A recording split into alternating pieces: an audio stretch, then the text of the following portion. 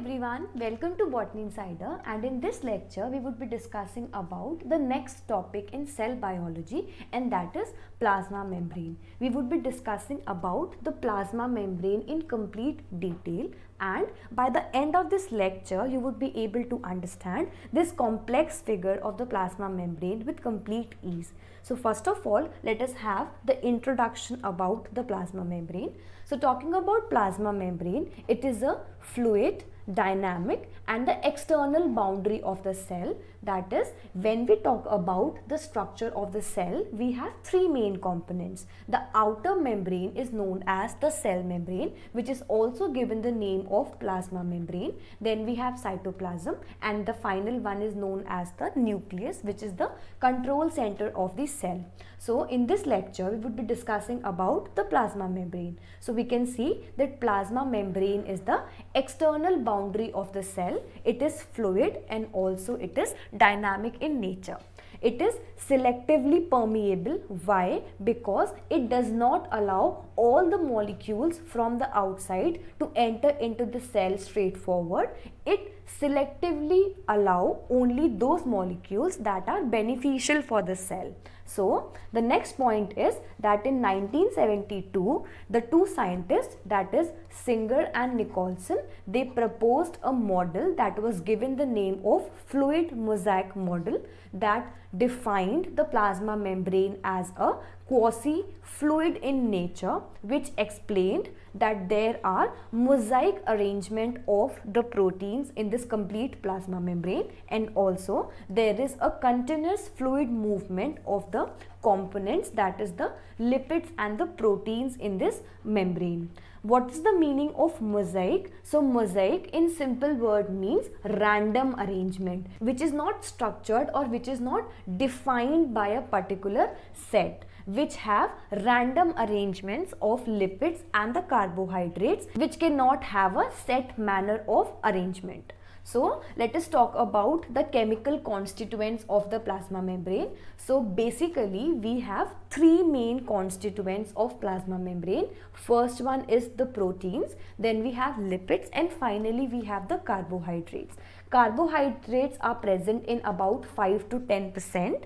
They are abundant in case of the prokaryotes, and the ratio of these three chemical constituents varies from cell to cell depending upon that which cell is performing which function. The chemical constituent variation could occur depending upon the same. So we can see we have lipids, we have proteins, and we have the carbohydrates. So when we talk about lipids, it could be a phospholipid, it could be a sterol.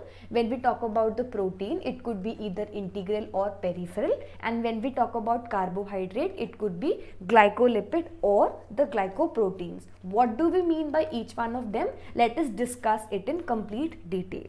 So first of all, we know that the plasma membrane is a lipid bilayer, which is the basic structure of the plasma membrane. So when we go into depth, we can see that there are two leaflets, that is, one is the outer leaflet and other one is the inner leaflet. As we can see in the figure, the upper one is the outer leaflet and the lower one is the lower leaflet, and these leaflets have amphipathic lipids, and these amphipathic lipids actually have a polar head and a non-polar tail. So this is how the amphipathic lipid looks like in an individual structure. We can see that we have a head which is polar in nature, which have a polarity, and we have two legs of the same which are hydrophobic or which are non-polar in nature. So we have the heads towards the outer side and the tails located towards the inner side, that are directed towards the inner side of the lipid bilayer. And also these interactions are hydrophobic in nature. Why? Because on the outer and the inner side there is fluid present, but when we talk about the plasma membrane, the hydrophobic part, which are these two arms or two legs like structure, they are directed towards inner side. So we can say that the hydrophobic part is towards the inner side and the polar part or the hydrophilic part is towards the outer side. So hence there is hydrophobic interaction in case of the lipid bilayer. So we have three classes of lipids. Till now we have discussed that plasma membrane is the outer boundary of the cell. Then we discussed that there are three main constituents, the lipids, the proteins and the carbohydrates. Now we are discussing about the lipids in detail.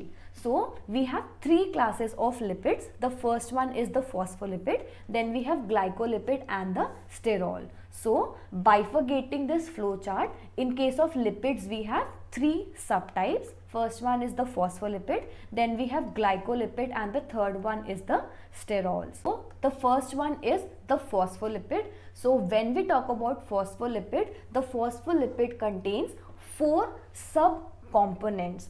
It could either be alcohol, fatty acid, phosphate or a alcohol that is attached to the phosphate. But when it is an alcohol, it could either be a glycerol or a sphingosine. What do we mean by this? So in case of alcohol, it could either be glycerol or sphingosine. When we have a lipid which is alcohol and which is also a glycerol, it is given the name of glycerophospholipid, or we can also call it as phosphoglycerides. And these phosphoglyceride or the glycerophospholipid are of majorly two types, that is phosphatidylcholine and the phosphatidylserine. In the second case, if we have the alcohol of the sphingosine type, they are given the name of sphingophospholipid. And in sphingophospholipid, the most abundant type of sphingosine that is present is sphingomycin. This is the most abundant type of sphingosine, and also it contains the ester bond in its molecular structure. Make sure you remember this because this point has been directly taken from a previous year question statement. So I hope till now the bifurcation is clear to you. So we have discussed that we had a plasma membrane. In that we had three components: lipid, proteins and carbohydrates. In the lipids we had phospholipid, glycerolipids and the sterols. In the phospholipid also we had four components, and in those four components, when we talked about the alcohol, in alcohol we had glycerol and sphingosine, and in these sphingosine and the glycerol there were two subtypes of each, that is phosphatidylcholine and the phosphatidylserine. And in case of sphingosine we had the sphingomycin, which is the most abundant type of alcohol present in the plasma membrane. So let's move forward and understand more points.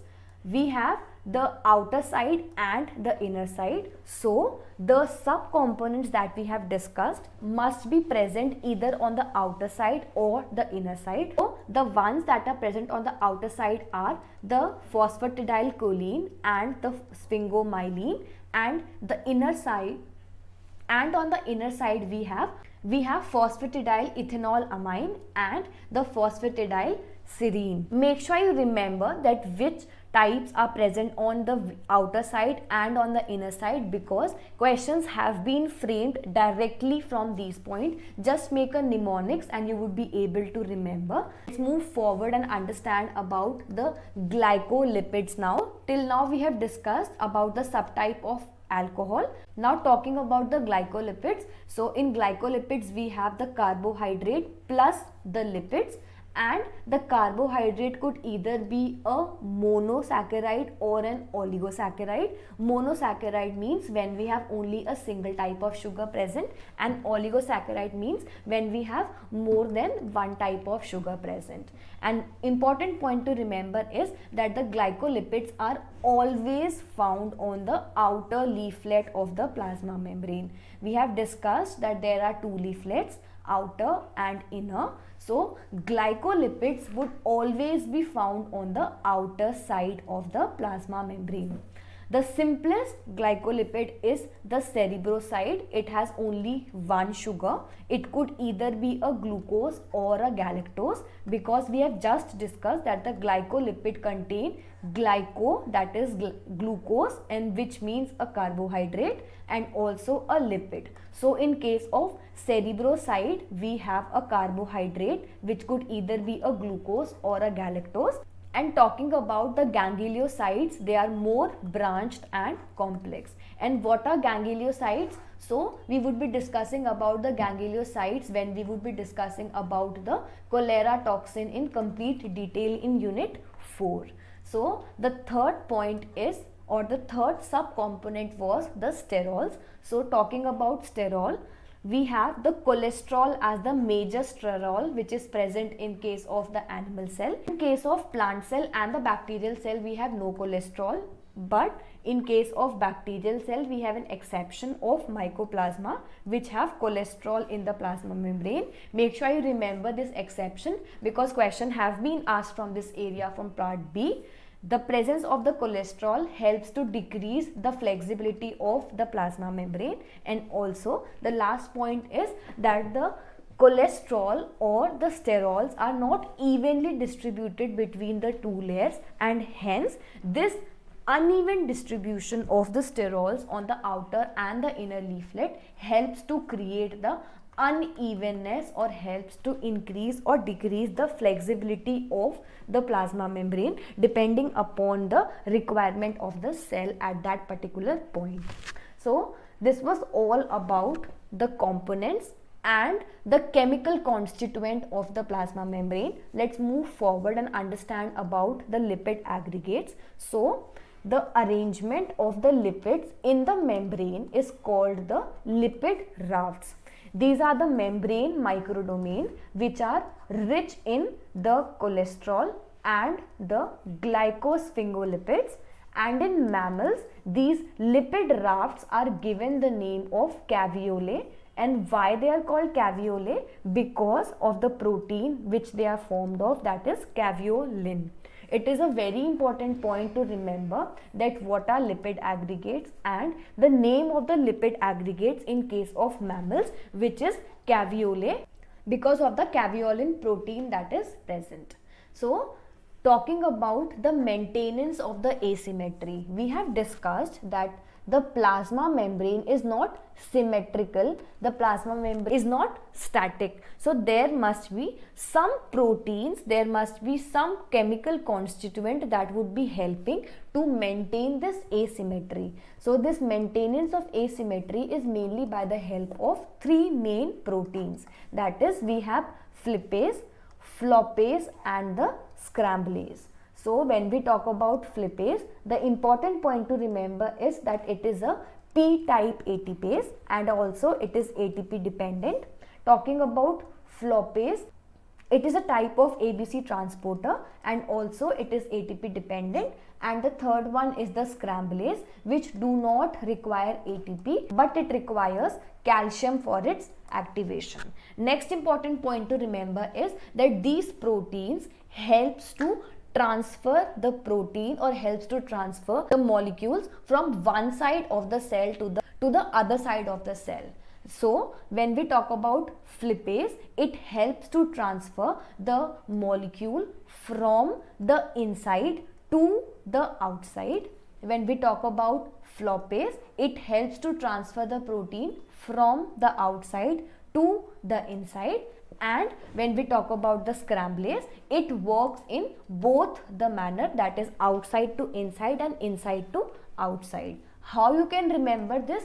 Just make a mnemonics, or the way I remembered it was that in flippase we have I, so which is in. So from the inside to the outside it is flippase. So and in floppase we have O. So from the outside towards the inner side we have floppase. And when we talk about scramblase, it is functional for both the sides. So you need not to remember that it is automatically or it is understood about the same. The important point to remember about scramblase was that it is activated by the help of calcium. So you can remember it same. We have C and A in this spelling. So just remember that when we have scramblase, so it would be activated by calcium.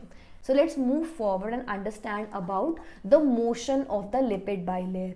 Why? We have understood that lipid bilayer is fluid in nature. So that means there must be occurring some motion. So this movement occurs by the help of three different type of motions. So we have the motions of the lipid in the long axis, the transverse motion and the lateral motion, that the chemical constituents can move freely around. So in case of the long axis, we have a rotational movement. In case of transfer, we have the flip-flop, and in case of the lateral, we have the side motion.